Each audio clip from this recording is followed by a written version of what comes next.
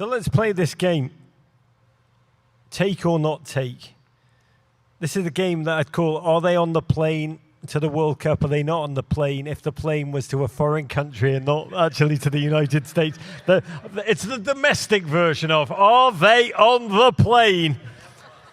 If the World Cup was tomorrow, let me ask you this, guys. Simple question. First up, would you take Weston McKennie?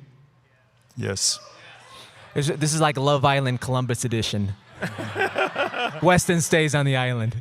By the way, this is the sexiest Love Island of all. In Columbus. By the way, if romance cannot live in Columbus, it can't live anywhere. I believe in love. That's the way to my heart, by the way. Like trashy reality TV. That's that and good cooking. Weston McKennie, go on. Yes. When you see him, what do you see? I see a box-to-box midfielder, someone that has that grit about him, that gets stuck in, that's not going to take any shit off of anybody. I just want to see him at his best, right? I think he's at his best when he's being challenged and he's not too comfortable. I think when he has to prove himself, like how he's done it, Juventus with the different managers doubting him and always finding a way to get back into the team. I think he's someone when his back's against the wall, you see the best out of him. So. And he's from Texas, so I got to show him love. I'm not just doing this because you're frankly terrifying me and confusing me at this point. But let's try a homegrown hero. Aiden Morris!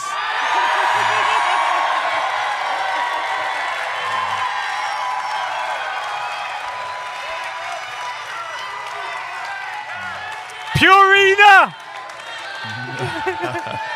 A young player, currently... Whoa.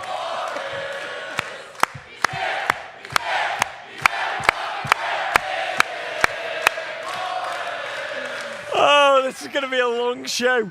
I don't know if you know this, but currently, top of the table, Middlesbrough. Bossing the midfield, 4 games in. Let me give you this one, Herc. Okay. Aiden Morris, is Aiden Morris on the plane? So here's the thing about Aiden Morris is we've never really seen him with the U.S. men's national team. And I'm a little confused by this because you have a situation where Johnny Cardoso has been killing it in La Liga for Real Betis and for Atletico, but when it comes to the U.S. men's national team, he's not been at his best. Tyler Adams, he's certainly a rock, but he's going through, I would say, a difficult 18 months of coming back from injury, and you don't know what his state's going to be like come 10 months from now.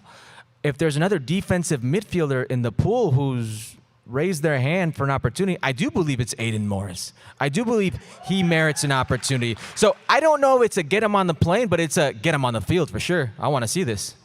If there's a standby list on this hypothetical plane, Aiden Morris is on it. You mentioned Johnny Cardoso, good enough to start in the center of the midfield for Atletico Madrid. Would you bring... Is Johnny Cardoso on the plane? You know, it'd be crazy for me to say he's not on the plane. He's playing at Atletico Madrid. How many players do you have in the U.S. men's national pool? But I go back to performances against Turkey, which we saw outside of the foot pass in his own box, gets picked off, goal against. We go and look at Colombia when they played last summer. Couple errors ended up as a goal. So there are moments where this player who's so fantastic at a club level, like Champions League level, European level, who can't put it together at the CONCACAF level, I'm hoping it's like Malik Tillman, guys. I'm hoping Malik Tillman had a coming out party this summer. Yeah. Right? I'm hoping it's like Malik Tillman, but he's on the plane for me. Let me ask you this one, Clint, because you're a striker. Had you right? Sharp and clinical, 4 goals, 4 games for 5th place in the Championship, Coventry City. In that striker pool, where are we now? What do you believe? I honestly think it's a tough one to call because certain players, when they wear this jersey, it seems a little bit too heavy for them. But for their club, they're able to get it done. So is it either the championship not at the level that we think it is, or they're not able to perform when they're coming into camp, or maybe it's the system they have to play in within this national team? It's one of those things I think is still up for grabs, and hopefully when they get the chance to come into camp, they can prove it and give us more of a clear-cut idea of who we think is going to be on the plane. But it's Haji Wright. Have we given up on the Sargent project or not? Is it? What about Pepe when he's fit? What about Balogun? Clint, how much weight? What about Ajiman? You know what I'm saying? Yeah. How much weight do you put in a striker that can play like other positions, multiple positions, especially in a tournament? That's more weight. Yeah. More weight, obviously. Yeah. Yeah, and I think that's the biggest value that Haji brings. Besides being the only 9 since Brian McBride has scored in a World Cup, like he can play in multiple positions, and he's a big body. Let's not forget when the chips were down against Jamaica, it was 1-0 Jamaica, 90-something minute. It's an own goal, and then after that own goal where they take it in extra time, it's Haji Wright with 2 goals. It's Giovanni Reyna, Haji Wright to come save the day. He's still, for as few opportunities he's gotten, he's kind of always been a guy that's intrigued me, you know?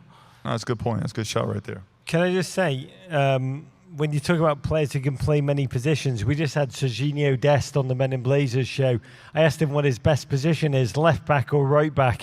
He said, striker. I tell you, Sergino Dest is Clint Dempsey as a right back. Like that, I'm not kidding. That's what Clint.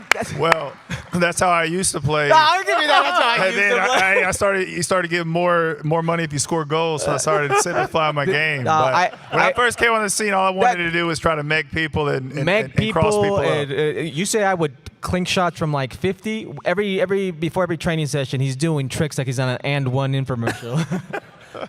A quick one for you, Cameron Carter-Vickers, giant of a centre back at Celtic. You know. So he has World Cup experience, but this pool, when it comes to center backs, I kind of feel like it's like the 9 position. There's nobody's taking a hold of it. Tim Ream's 178 years old and still playing. Allegedly, that's like Freddie Adu saying he was 16. But you look at the pool, and there are some players, much like Aiden Morris, who've not gotten their opportunity. And Austin Trusty, he's not getting an opportunity. You know, this is why you're seeing a Tristan Blackman at like 29, 30 years of age make his debut with the U.S. men's national team. So I don't know how much stock Mauricio Pochettino is going to put into. He's already been at the World Cup. He can help me out because he's got the experience. He's a flyer for me. He's got a half a foot in, half a foot out.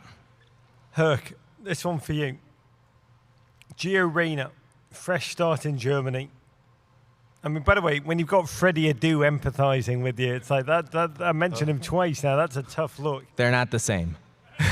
I don't think they are in any way, shape, or form. I respect Freddie, but they're not the same. You just had Gio on your show. I mean, he's a man emotionally who has got.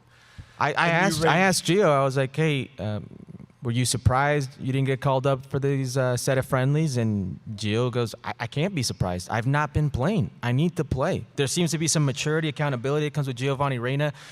I'm not going to sit here and pretend to ignore his ceiling, which to me is the highest of any player in this pool. When we look at the finals that the U.S. men's national team has played versus Mexico, versus Canada, he scored goals, provided assists. He's been a big-time player, and he's 22 years of age. He broke out of the scene when in Dortmund is 16 years old.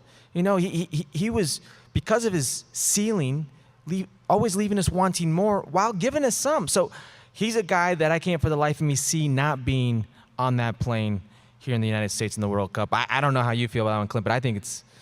I mean, I'm a big fan of him. Yeah. But his injuries have really hurt his progression and his ceiling and his potential of where he's going to go. You don't know if it's a situation where is it the fight or is his body holding him back from winning that starting position and playing week in and week out. So I would like to see him get fit. I hope that this is a new chapter for him because I think, he, like you said, he's one of the most talented players that we have. And in big games, especially when you look at CONCACAF Nations League in the semifinals and finals, he's one of the guys that was producing in big moments. So, you know, fingers crossed. If his body gets healthy and he can show he can play week in and week out. Am I being selfish here? Because I think it from a striker's perspective. And you know what it's like being a striker. You're thinking like, I kind of want to play with that guy because why? Well, he's going to drive forward. He's going to get you the ball. Going to get you the ball. I mean, and that's another thing that we miss. You look at the last World Cup and you watched, you know, from this current squad we're watching now, you had McKennie and Musa. Yeah. And Musa was one of the guys that was breaking lines and had another defender had to come to him, which allowed someone else to be open and finding them. And McKennie getting forward with crosses in the box and on set pieces being dangerous. And you're not seeing that. So when you talk about a midfielder, like for me, when I played with Fulham and Tottenham, Musa Dembele, having a player that can beat someone one-on-one, engage, and drive and cause problems, it opens up the game for everybody else. And that's what we're not seeing. Yeah. Columbus, can I ask you, Reyna on the plane? Can I just tell you, Reyna, the redemption story would be one of the most joyous human stories of this cycle. I wish this human being with his friend Joe Scally just delirious joy in the season. Is that a combo? Is it a package deal? Like he can only come if Joe Scally comes? By the way, I don't mean to tell you, I was quite affected being at CHA, the shelter today. There were certain dogs and certain cats that you could only take as a duo. And I wanted them both. And I just say, Joe Scally and Joe Reyna. I'm not a football manager, but I would take them both. Last one for you. This is for you, Clint. It's a complicated one. I mean, emotionally and tactically and footballing, but it's in goal, the position that you would try and score on. But it's my friend Matt Turner. I think he's on the plane. I mean, he's someone that stepped up big for us when we needed us during the last World Cup qualifying cycle. He played well in the last World Cup. I give him a lot of credit for taking the risk to go to Europe and try to test himself, right? And you know, it didn't work out. It didn't work out for him, right? And so he's come back now. He's trying to show that he's getting games and getting that confidence and being able to be back to what he did best was his shot stopping ability. There was always a little bit of question marks around his passing in the back. But for me, for what he's done in the past, as you talked about Haji Wright, I think he's a player that's on this plane. I mean, 2 shutouts at the World Cup, right? By the way, is Patrick Schulte injured? What's going on here? Yeah? He's back? Just to be clear, Patrick Schulte on the plane. I'm not arguing this. Not arguing this. That was a given.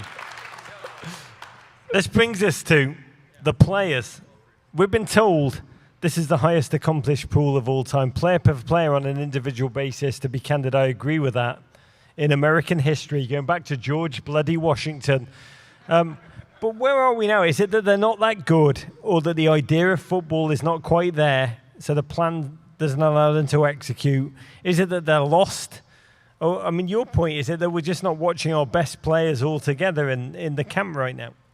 Well, I think it's been the perfect storm in the wrong way, right? Like it's been a situation where it looked like everything was moving in the right direction, and then we never really progressed. Then you had the failure of Copa America being the first host country to not get out of the group. And then you had a situation with a new coach coming in, players knew kind of where they fit into things, and now it's kind of reshuffled things, and everybody's trying to figure everybody out again. We've had some injuries to some big players. I think Anthony Robinson was a big miss for us. Players have taken risk of going to teams, and I give them a lot of credit for that, but having that not work out has hurt some of their play and has caused the team to regress in that way. And it's just one of those things that we need something to get us jump-started again. And like we talked about, tomorrow night, playing against Japan, a ranked team, getting a good result at one of our favorite cities, Columbus. Let's get back on track and get everybody believing again. Let's get fans in the crowd. And like you said, to do that, you have to inspire us. Yeah. And you talk about having a soccer culture. Well, a soccer culture that I would want is someone who cares, whether it's a friendly or an important game, you want to win. Yeah, absolutely. You know, I look at this pool of players, and in my mind, you just look at where they play and where they've played and the platforms that they've had. No other pools had those platforms. But they didn't have the luxury of, when Clint broke out in 2006 World Cup, of having a Pablo Mastroeni, a Claudio Reyna, having a Casey Keller, or, you know, Brad Friedel. When I broke in, I had Clint, I had Michael Bradley, I had Tim Howard, I had Carlos Bocanegra. These kids, it was like a Lord of the Flies mentality. They got thrust onto the scene by themselves with no real veteran leadership. So they're still learning as they go. They've never had that veteran presence. Now, Tim Ream's a veteran presence, but Tim Ream, you know, that was his. But to your point, looking back at the last World Cup, that was his first World Cup. Exactly. So they'll get there. They'll get there. They're going through everything that good teams go through. We had our moment where the press was against us. We had our moment where the coach was being doubted as well. In Colorado versus Costa Rica, Clint scored the Snow Classico. But our backs were against the wall. You have to go through those And what moments. do you do when you have noise around the team and you have criticism? You got to come go together. out there and you ball. Yeah. And you make everybody eat their words. Yeah, that's the only way. That's what you do. You can't say, hey, you guys are being too critical. You go Support the score team. and you do this. You know what I'm saying? Make everybody shut up. Give us a reason to believe. Exactly.